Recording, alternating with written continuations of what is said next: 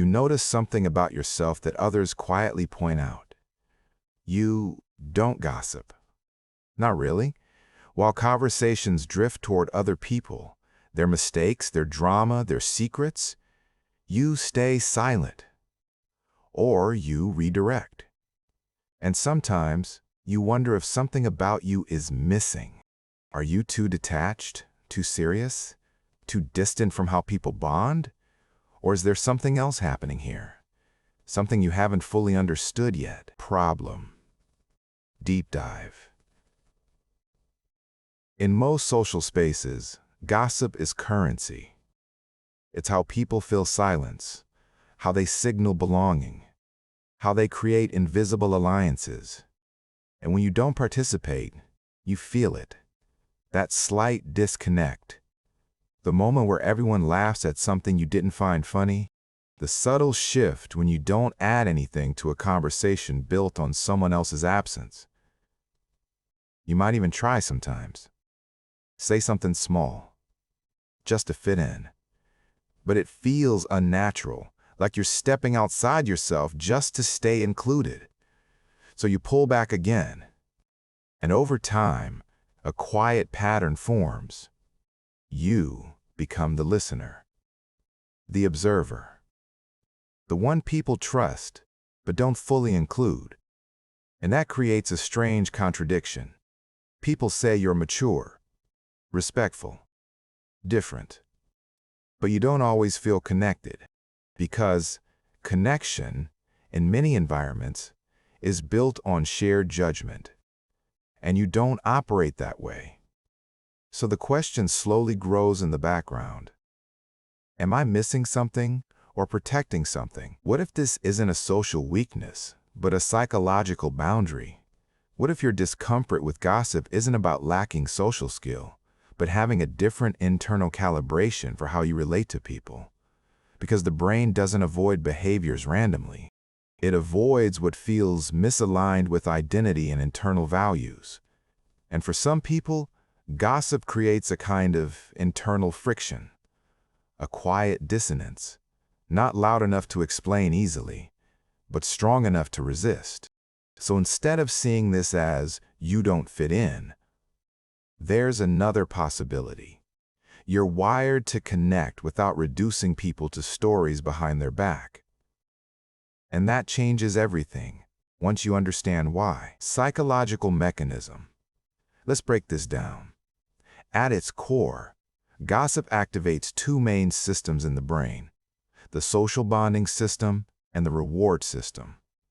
When people gossip, especially in groups, the brain releases small amounts of dopamine because sharing information, especially socially sensitive information, creates a feeling of closeness. It's like saying, we're on the same side. But here's where it gets interesting. For some people, another system becomes stronger. The self-concept system. This is the part of your mind that maintains a stable sense of who you are. Think of it like an internal compass. Every behavior you engage in either aligns with that compass or slightly disrupts it. Now imagine this mental model. Your identity is like a glass of clear water. Every action you take either keeps it clear or adds a drop of something cloudy. For many people, gossip doesn't feel like contamination. But for you, even small moments of speaking negatively about someone who isn't present can feel like adding something that doesn't belong. So your brain creates resistance. Not because you're trying to be better than others, but because your internal system is protecting coherence. Neuroscience calls this cognitive dissonance avoidance. When your actions don't match your internal values, the brain creates discomfort. And over time, it learns to avoid those situations altogether. There's also another layer. People who avoid gossip often have higher activity in areas related to empathic processing, meaning they naturally simulate how others might feel. So when a conversation turns towards someone's flaws, your brain doesn't just process the information, it imagines the emotional impact. And that makes gossip feel heavier than it does for others. So while others feel connection, you feel tension. Practical framework.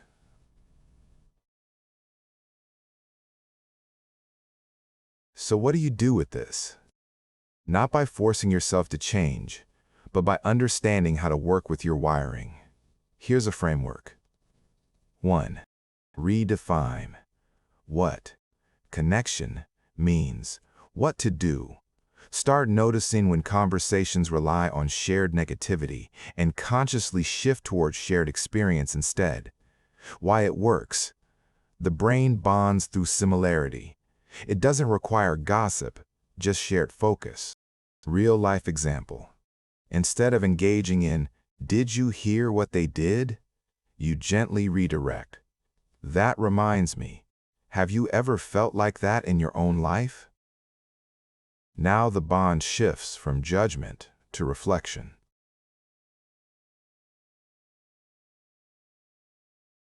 2. Use selective silence as signal, not withdrawal. What to do. When gossip begins, don't over-explain or justify. Just stay neutral and present.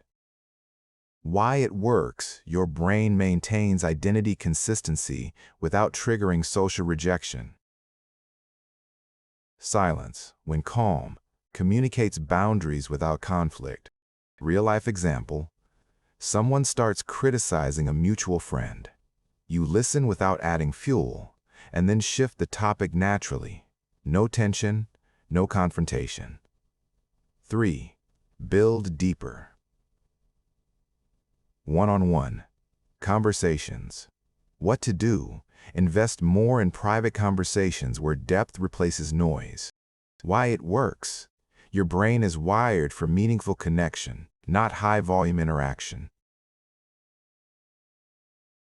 One-on-one settings reduce social pressure and increase authenticity.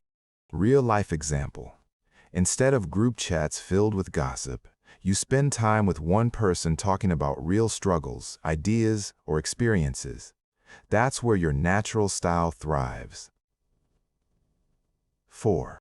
Understand the function of gossip without adopting it. What to do. Mentally observe gossip as a social tool, not a moral failure. Why it works. This reduces internal judgment and prevents isolation. You understand the behavior without needing to participate. Real-life example. Instead of thinking, "Why do people talk like this?" you think, "They're trying to connect in the only way they know." That shift removes frustration.